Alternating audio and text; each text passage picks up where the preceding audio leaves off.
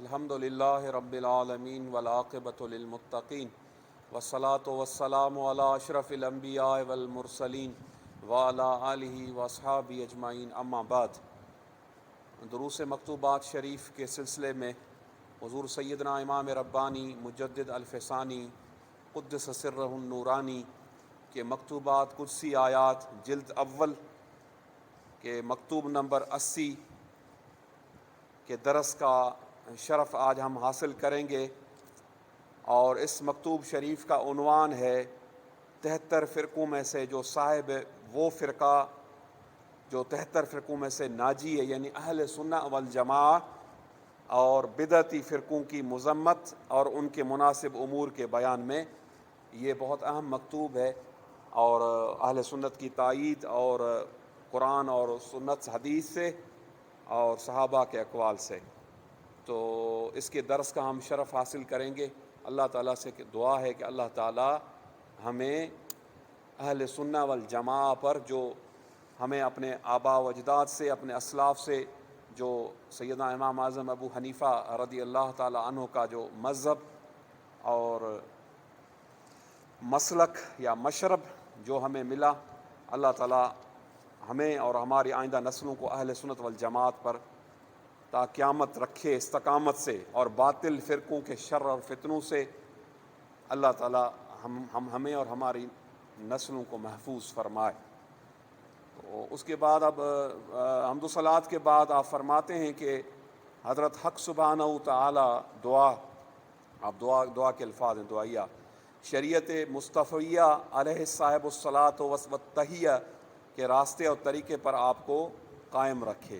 یہ مکتوب آپ نے صادر فرمایا مرزا فتح اللہ کی طرف۔ پھر فرماتے ہیں کہ اصل کام یہی ہے، یعنی اتباع سنت، شریعت مطہرہ کی پابندی اور شریعت پر چلنا، اور جو بات اللہ اور اللہ کے رسول صلی اللہ علیہ وسلم کے جو احکامات ہیں ان پر عمل کرنا، اصل یہی کامیابی ہے۔ پھر آگے آپ فرماتے ہیں کہ 73 فرقوں میں سے، جیسے حضور کا فرمان ہے میرے بعد میری امت 73 فرقوں میں بٹ جائے گی، ایک فرقہ داخل جنت ہوگا، باقی 72 فرقے داخل فی النار ہوں گے۔ حضور کا فرمان ہے، اس کی تھوڑی تشریح کرتے ہیں، فرماتے ہیں 73 فرقوں میں سے ہر فرقہ اتباع شریعت کا مدعی اور اپنی نجات پر یقین رکھتا ہے۔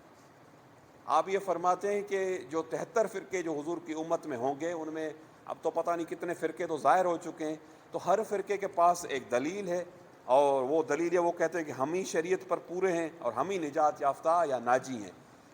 تو ایسے تو نہیں کسی نے وہ اپنے طور پر مفروضے یا خواب یا ایسی باتیں ڈال کر وہ اپنا اتنا سارا اسکول آف تھاٹ انہوں نے بنا لیا ہے، اور وہ اپنا ایک فرقہ یا اپنا الگ ایک مذہب بنا لیا ہے۔ نہیں، ان کے پاس بھی دلیلیں ہیں، ان کے پاس بھی روایتیں ہیں، ان کے پاس بھی وہ ان روایتوں پر لیکن کیسے؟ تو بہرحال وہ ہم آگے ڈسکس کر رہے تھے کہ ہر کسی کے پاس جو بھی جتنے بھی فرقے ہیں، یا جو بھی آپ ان کو جدید اس میں زبان میں کہہ لیں اسکول آف تھاٹ، وہ جو بھی ہیں، یعنی مکتبہ فکر اردو میں ہم اس کو کہیں، تو ان کے پاس دلیلیں ہیں۔ تو پھر آگے آپ فرماتے ہیں کہ اب وہ ہر فرقہ جو ہے وہ کہتا ہے کہ ہم ہی صحیح طریق پر ہیں اور ہم ہی نجات یافتہ ہیں۔ قرآن مجید میں اللہ سبحانہ تعالی فرماتے ہیں کل حزب بما لدیہم فرحون، ہر گروہ اپنے مشرب و طریقے پر خوش ہے۔ یہ اللہ تعالیٰ کا فرمان ہے۔ اب آگے سب کا نقد وقت ہے، لیکن جو دلیل پیغمبر صادق علیہ من الصلوات افضلها ومن التسلیمات اکملہا نے فرقہ ناجیہ یعنی نجات پانے والا کی تمیز کے لیے بیان فرمائی، وہ یہ ہے۔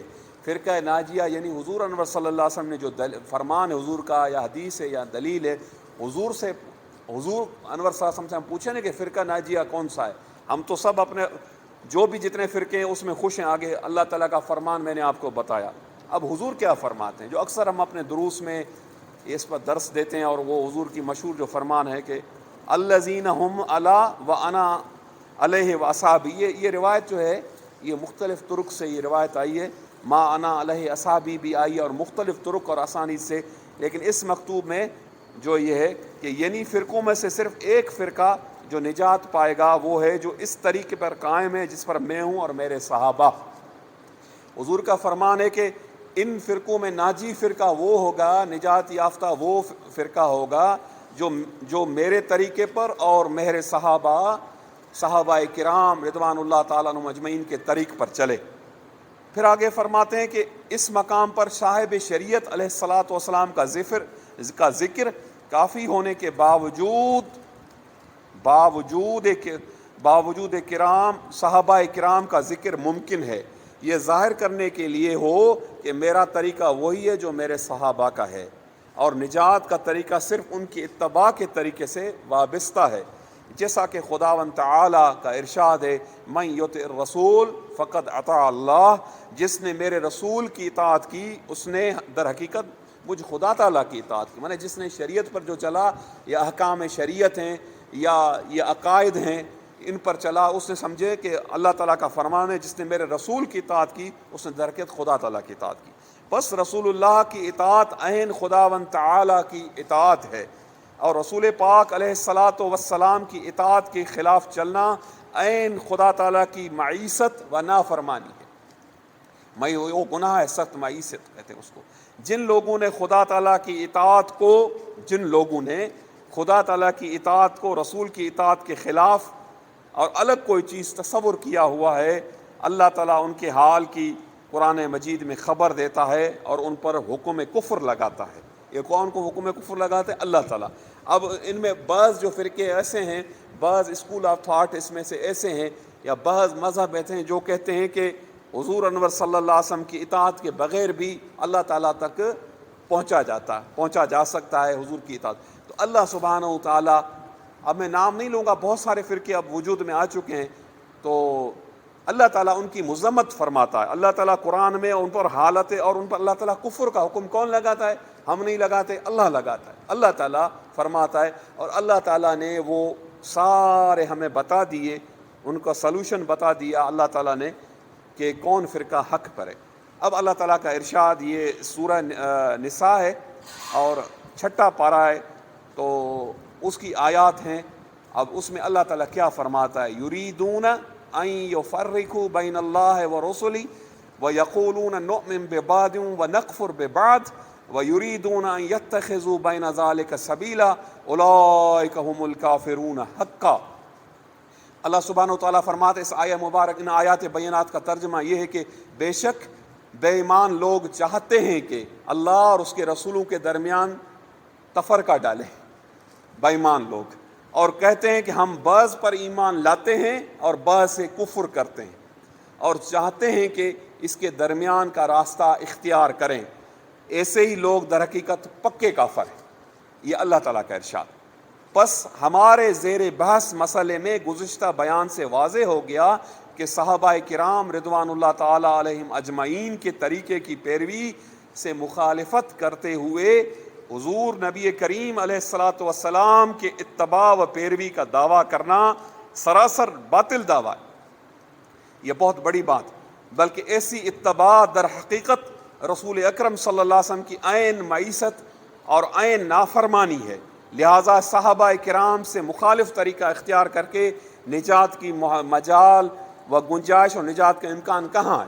مطلب حضور کے صحابہ کی پیروی کے بغیر اور حضور انور صلی اللہ علیہ وسلم کی صحابہ کی اگر کوئی مخالفت کرے گا تو ظاہر وہ حضور کی مخالفت ہے، تو وہ کیسے اپنے آپ کو ناجی کہتا ہے جب حضور کے صحابہ کے طریق کو چھوڑ کر اور جو ہے وہ جو السابقون الاولون میں سے ہیں اور الخیر القرون میں سے ہیں صحابہ جو حضور کے فرامین مبارکہ ہیں، تو وہ کیسے اپنے آپ کو نجات یافتہ کہتا ہے، ناجی کہتا ہے کہ میں حضور کے صحابہ کو نہیں مانتا؟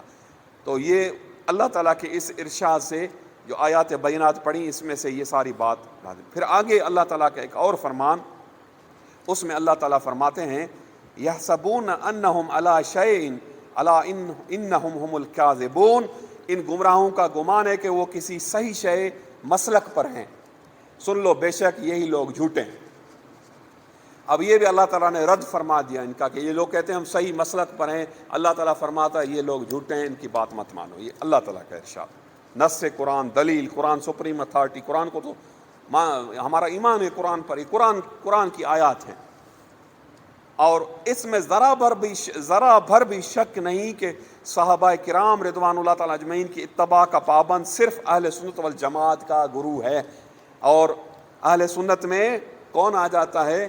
اہل سنت کی ڈیفینیشن کریں، اس میں احناف آ جاتے ہیں، یعنی ہم بر صغیر میں حنفی ہیں، اور اکثریت سے پوری دنیا میں احناف ہیں، اور شافعی آ جاتے ہیں، حنبلی آ جاتے ہیں، مالکی آ جاتے ہیں۔ یہ اہل سنت والجماع کے 4 یہ مذہب ہیں۔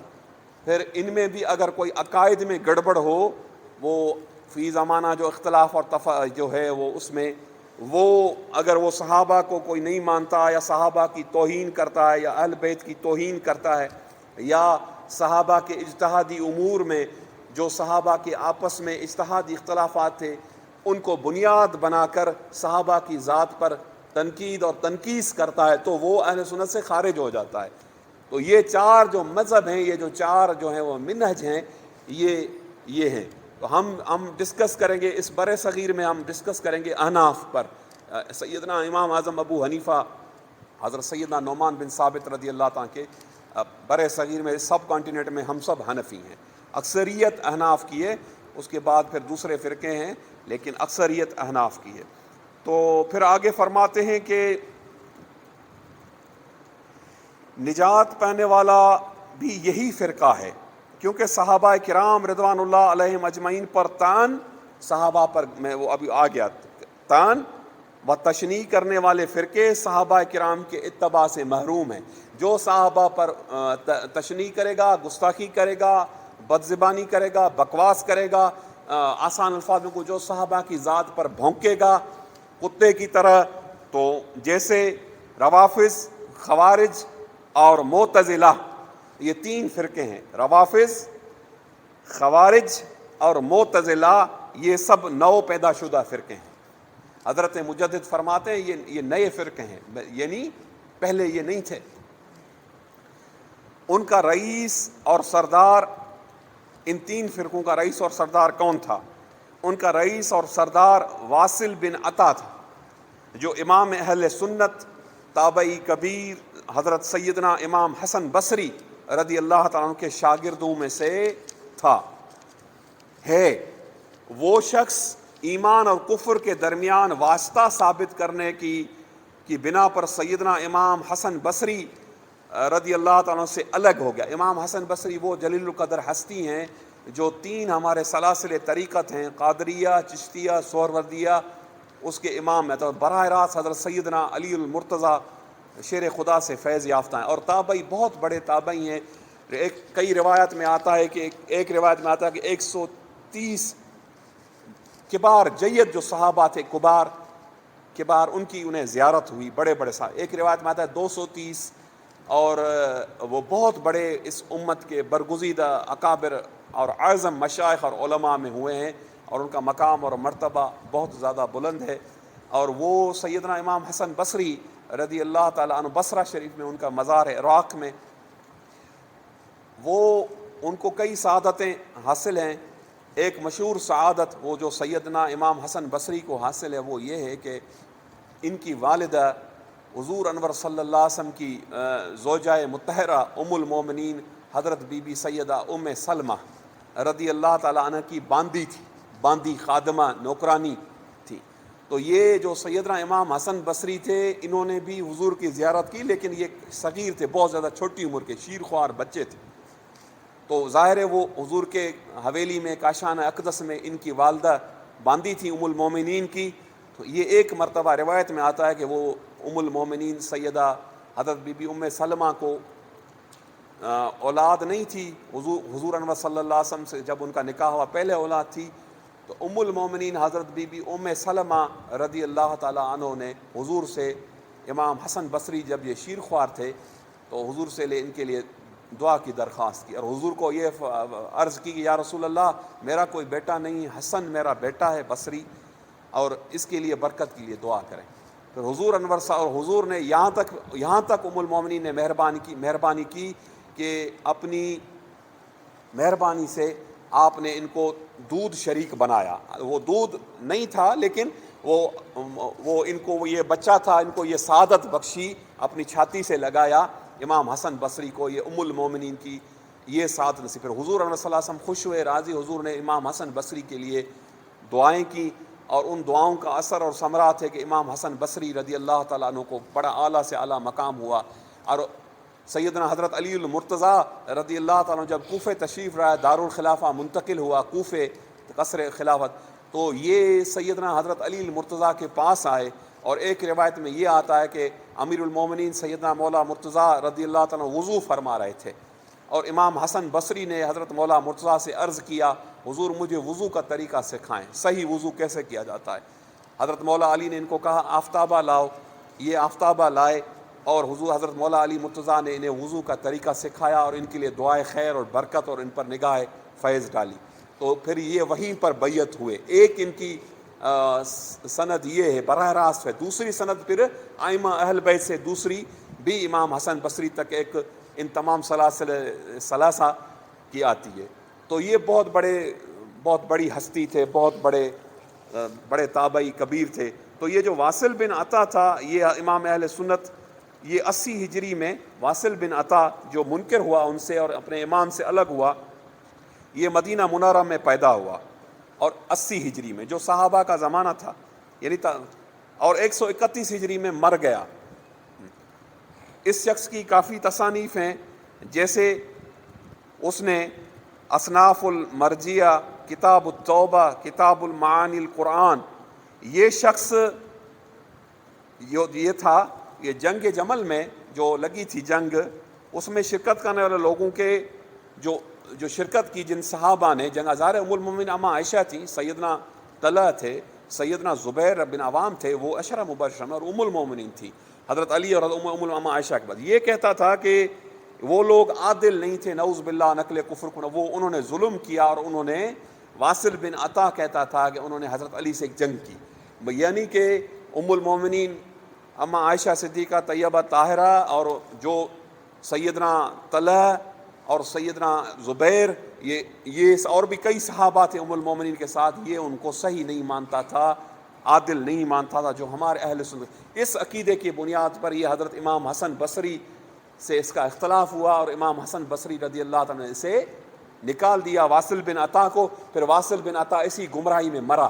یہ بانی ہے روافظ کا، خاص طور پر روافظ، معتزلہ، اور یہ جو مشہور جو ہیں جو فرقے، اور یہ مرجیہ، اور ان کا یہ اس کی مختصر تھوڑی سی ہسٹری ہے۔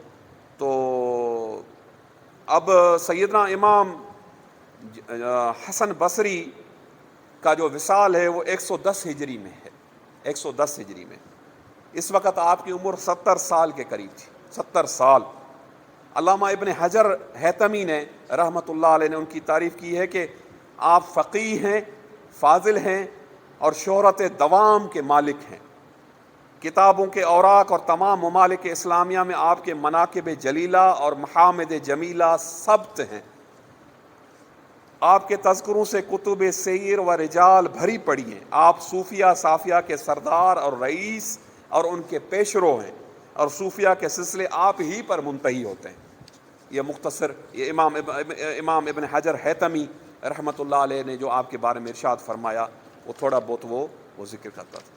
تو اچھا، تو حضرت امام حسن بصری رحمۃ اللہ علیہ نے واصل بن عطا کے بارے میں فرمایا کہ اعتزل عنا، یہ شخص ہم سے جدا ہو گیا۔ اس طرح باقی فرقے بھی اہل سنت سے الگ مسلک و عقیدہ رکھتے ہیں۔ صحابہ کرام رضوان اللہ علیہم اجمعین میں عیب نکالنا پیغمبر خدا جل اولا کی ذات میں عیب نکالنے کے مترادف ہے، اور اللہ سبحانہ و تعالیٰ کا ارشاد ہے، اس شخص کا رسول خدا پر بھی کوئی ایمان نہیں جو صحابہ کرام کی تعظیم و توقیر کا منکر ہے۔ یہ اس کا ریفرنس تو نہیں دیا گیا، لیکن میرے خیال سے یہ قرآن کی آیت ہے یا قدسی حدیث ہے، ما آمن بالرسول اللہ من لم یؤتر اصحاب، میرے خیال سے یہ یا حدیث قدسی ہے تو یا آیت ہے، بہرحال اس کا اس نے ریفرنس نہیں دیا۔ تو کیونکہ صحابہ کرام میں خبث و خرابی کا پایا جانا در حقیقت حضور علیہ الصلاۃ والسلام کی ذات میں خبث اور خرابی ہونے کا باعث ہے۔ نعوذ باللہ سبحانہ من حاذ الاعتقاد السوء، ہم ایسے برے اعتقاد سے اللہ تعالیٰ کی پناہ لیتے ہیں۔ نیز قرآن اور احادیث کے احکام شرعیہ جو ہم تک پہنچے ہیں صحابہ کرام کی نقل و روایت و درایت اور واسطے سے پہنچے ہیں۔ جب صحابہ کرام ہی مطعون ہوں گے، یعنی ہم ان پر ہی تانا کشی کریں گے اور ان پر ہی ان کی شکایت کریں گے اور انہی کو ہم برا بھلا جانیں گے، تو ان کی نقل کردہ روایات بھی مطعون متصور ہوں گی۔ تو سارے قرآن اور حدیث کے احکامات تو سارے صحابہ سے ہم نے نقل کی ہیں، ٹھیک ہے۔ اگر نعوذ باللہ صحابہ کرام حق پر نہیں ہیں تو پھر قرآن کا بھی انکار ہو گیا، احادیث کا بھی انکار ہو گیا۔ اور احکام شریعہ کی نقل و روایت چند صحابہ کے ساتھ مخصوص نہیں ہے، بلکہ تمام صحابہ کرام عدالت، صدق اور تبلیغ دین میں برابر ہے۔ پس کسی ایک صحابی میں تن و عیب، دین میں تن و عیب تسلیم کرنے کے مترادف ہے، والعیاذ باللہ سبحانہ تعالی۔ اور اگر صحابہ کرام پر نکتہ چینی کرنے والے لوگ یہ کہیں کہ ہم بھی صحابہ کرام کی مطابقت کرتے ہیں، اور یہ ضروری نہیں کہ ہم تمام کی مطابقت و پیروی کریں، بلکہ سب کی مطابقت ممکن نہیں ہے، کیونکہ بہت سے مسائل میں صحابہ کرام آپس میں آراء مختلف اور متناقض ہیں اور الگ مشرب رکھتے ہیں۔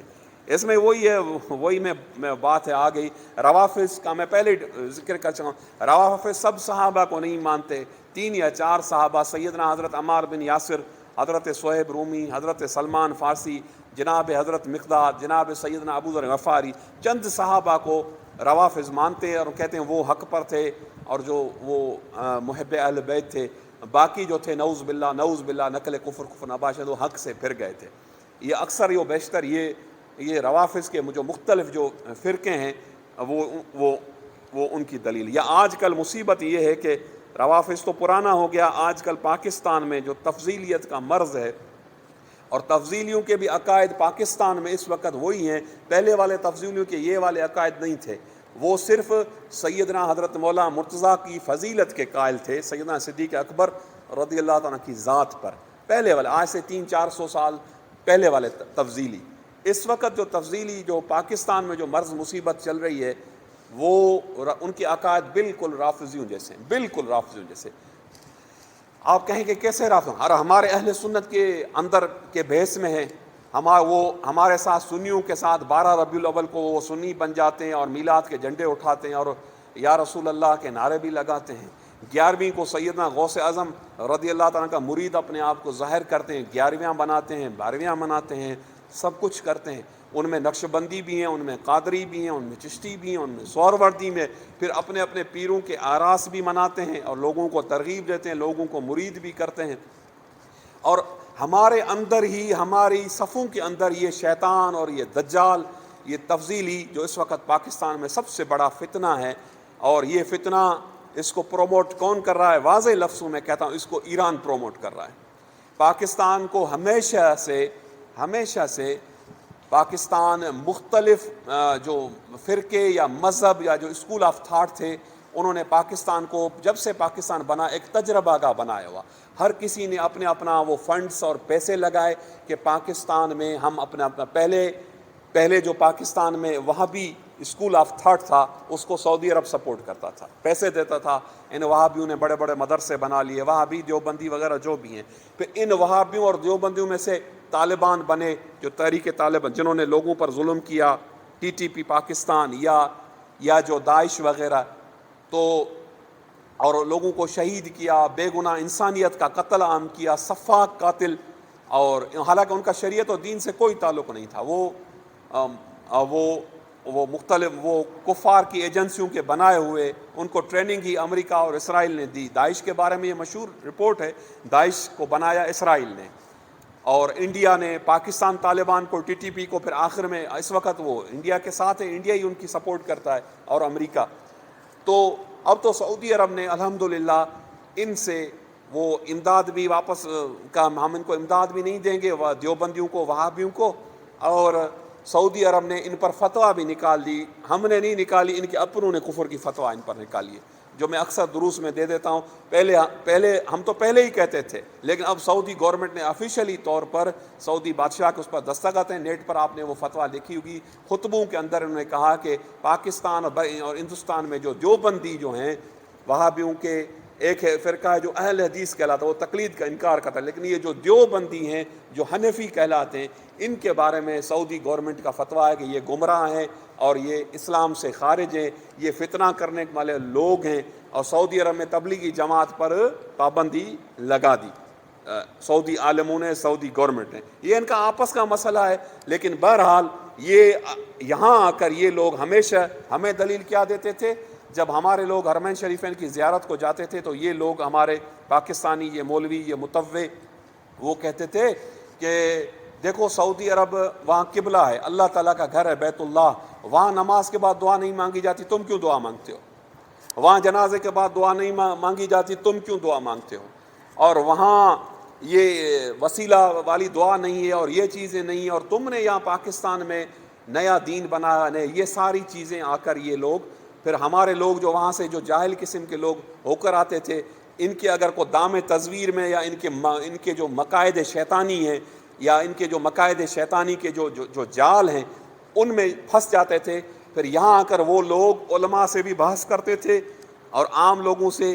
وہ کہتے تھے کہ بھائی میں تو گیا بیت اللہ کی زیارت کے، میں نے تو کعبۃ اللہ کو دیکھا، وہاں پر تو فرض نماز کے بعد دعا نہیں، وہاں پر تو جنازے کی دعا نہیں، وہاں پر تو ایصال ثواب نہیں، وہاں پر تو میلاد نہیں، وہاں پر تو یہ نہیں، وہاں پر تو یہ نہیں. اور آپ لوگ ہمیں کیوں وہ تو ہے. لیکن بات یہ ہے کہ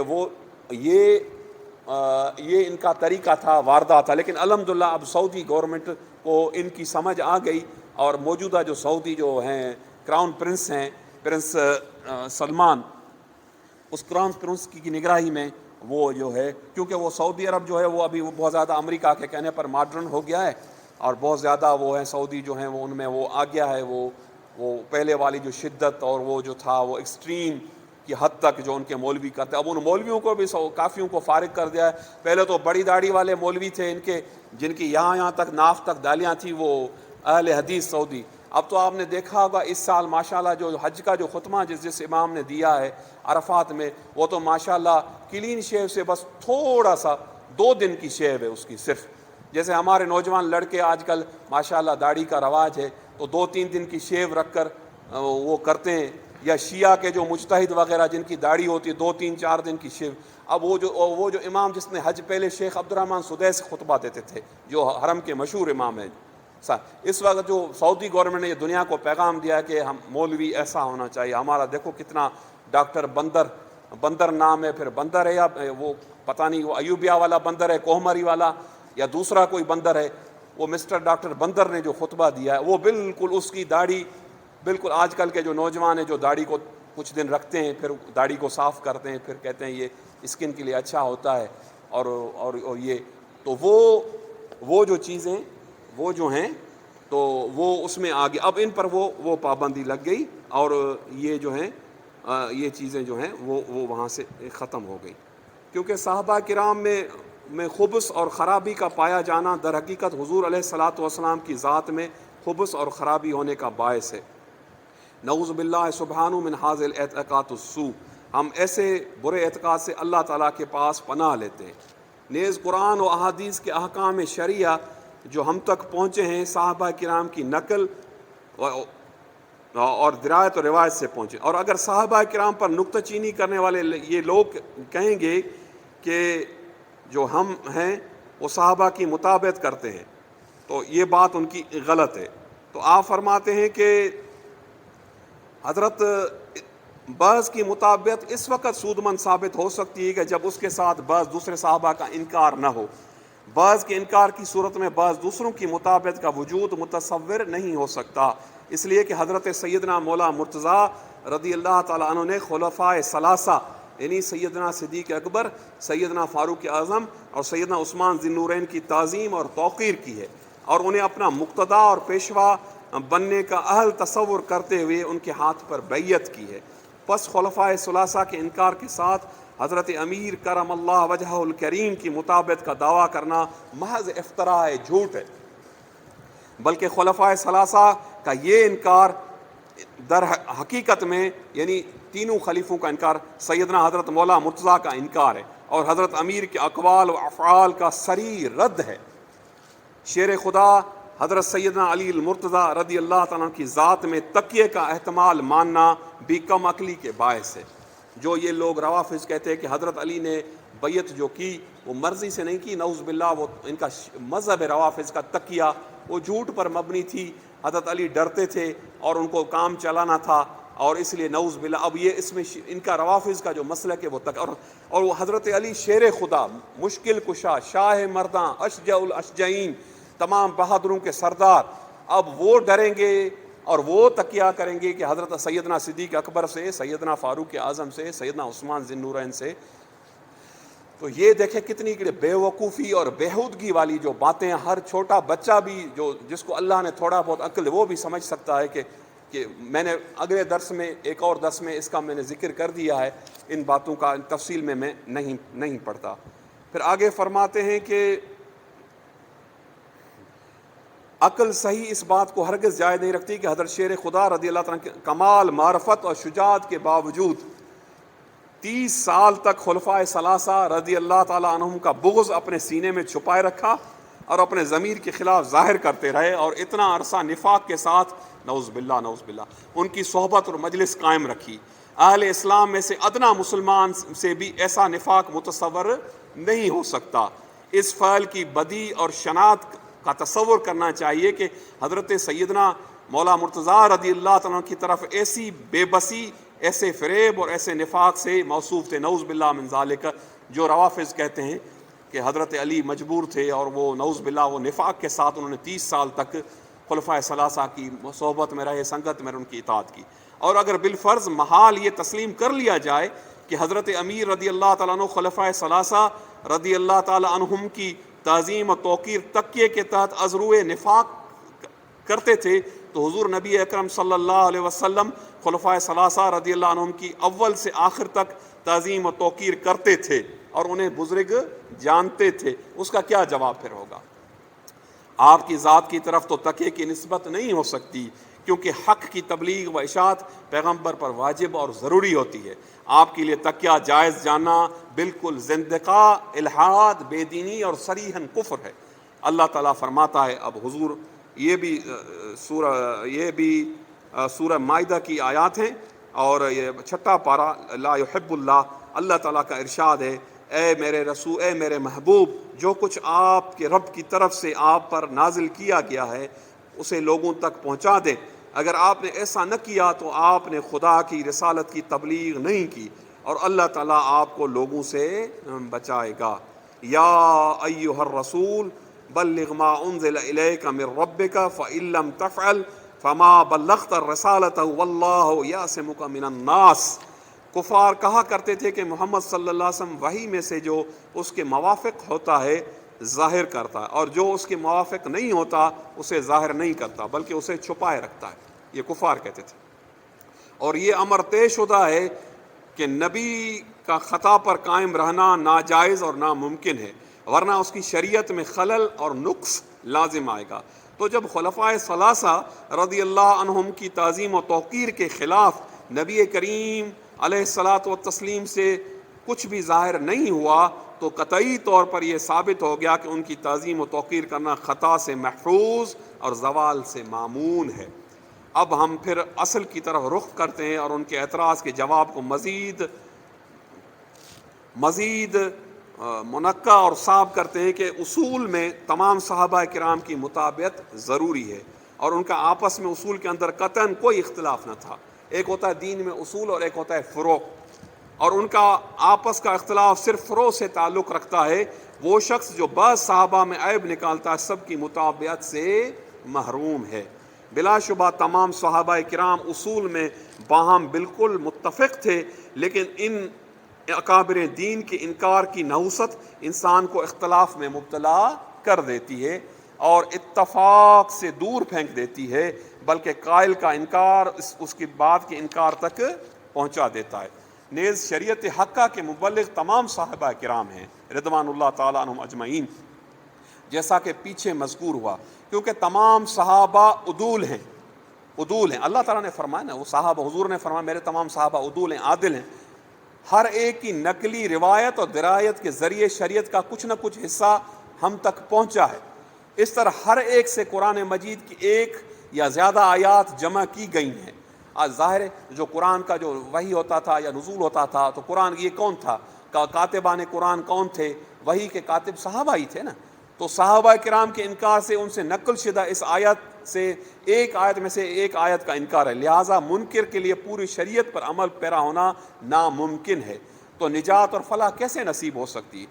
اللہ سبحانہ و تعالی فرماتا ہے, یہ سورہ بقرہ پارہ اول کی آیات ہیں, افتؤمنون ببعض الکتاب وتکفرون ببعض فما جزاء من يفعل ذلك منكم الا خزي في الحیاۃ الدنیا ویوم القیامۃ یردون الی اشد العذاب. اللہ تعالیٰ فرماتے ہیں تو کیا تم لوگ کتاب کے کچھ حصے پر ایمان رکھتے ہو اور بعض کا انکار کرتے ہو؟ تم میں سے ایسا کرنے والے کی سزا اس کے سوا کچھ نہیں کہ اسے دنیا کی زندگی میں بھی ذلت پہنچے اور آخرت میں ایسے لوگ سخت عذاب کا طریقے میں دھکیلے جائیں گے. ہم یہ کہتے ہیں کہ موجودہ قرآن حضرت عثمان غنی رضی اللہ تعالیٰ عنہ کا جمع کیا ہوا ہے, ہمارا اہل سنت کا عقیدہ ہے, بلکہ فی الحقیقت قرآن کے جامع, لیکن حضرت مجدد پاک فرماتے ہیں فی الحقیقت قرآن کے جامع حضور سیدنا صدیق اکبر اور سیدنا فاروق اعظم رضی اللہ تعالیٰ عنہما ہیں.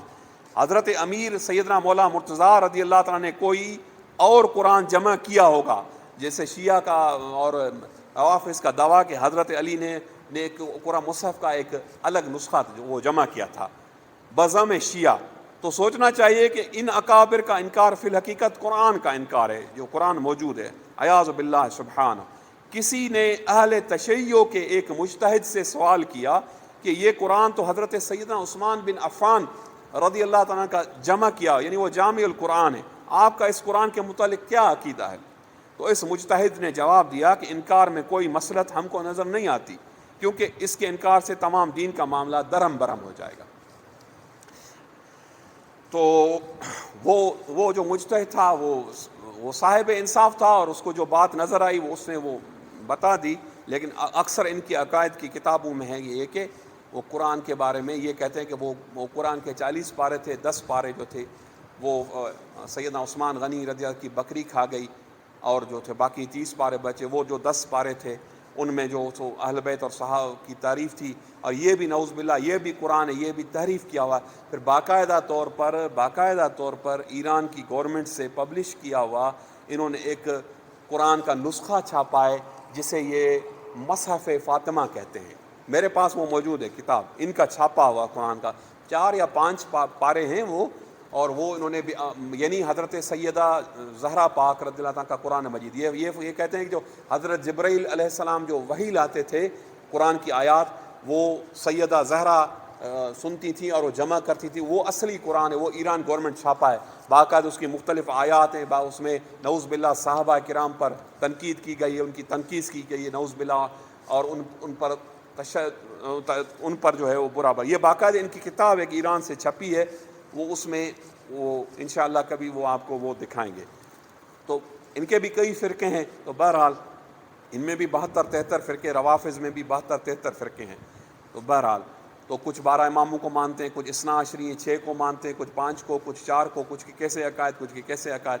بہرحال تو پھر فرماتے ہیں کہ ہم یہ کہتے ہیں کہ, تو دوسری بات یہ ہے کہ کوئی عقل مند انسان اس بات کو ہرگز جائز قرار نہیں دے سکتا کہ حضور علیہ السلام کی رحلت کے روز تمام صحابہ کرام ایک امر باطل پر جمع تھے, اور یہ ثابت شدہ امر ہے کہ حضور علیہ السلام کی رحلت کے وقت 33,000 صحابہ 33,000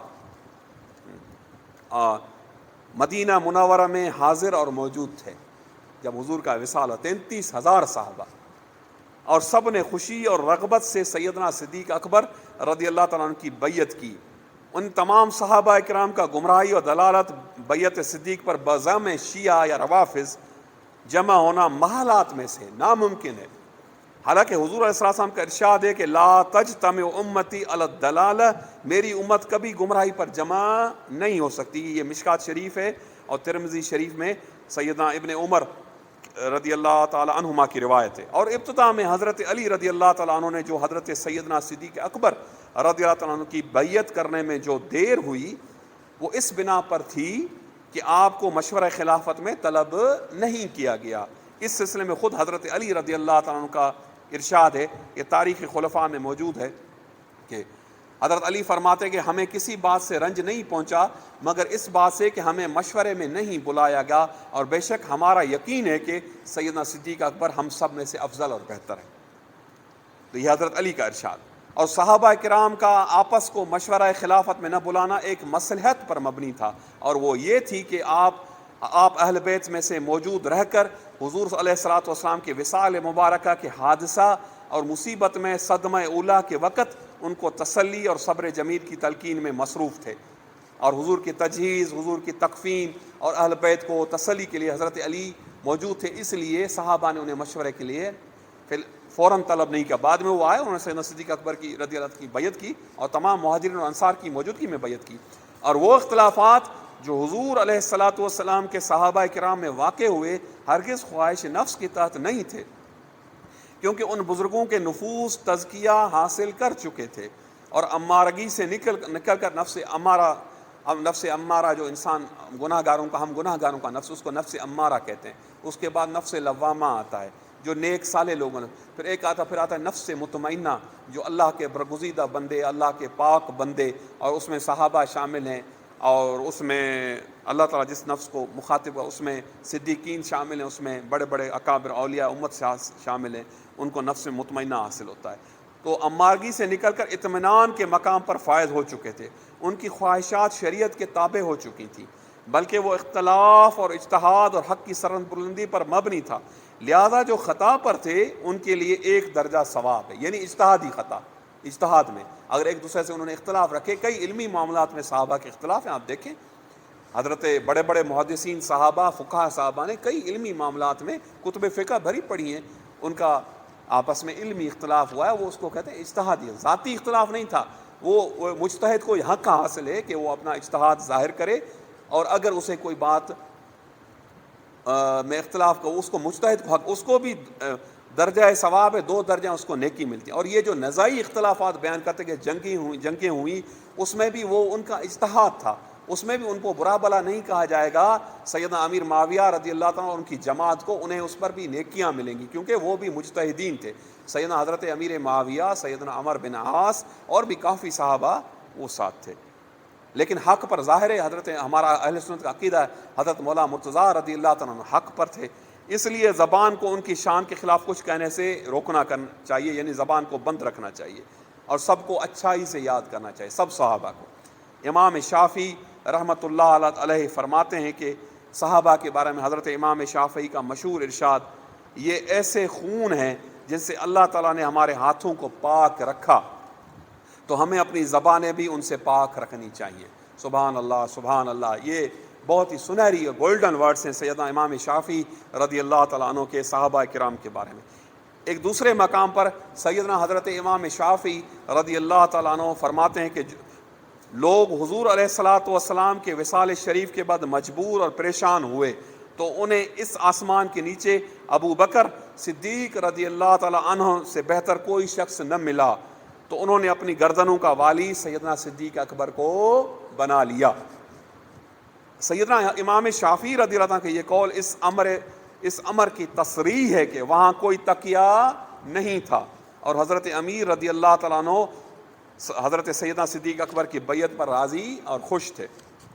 باقی ماندہ ایک مقصودی بات یہ ہے کہ اب وہ مکتوب ختم ہو رہا ہے، وہ ایک شخص کی آپ سفارش کرتے ہیں کہ میاں سیدن ولد میاں شیخ ابو الخیر بزرگ زادہ ہے، بزرگوں کی اولاد ہے، مخدوم زادہ لوگوں میں سے ہے، سفر دکن میں وہ آپ کے ساتھ گیا تھا، آپ کی عنایات و التفات کا وہ امیدوار ہے۔ جس کو مکتوب تحریر کر رہے ہیں وہ سردار تھے بہت بڑے اور آپ وزیر تھے۔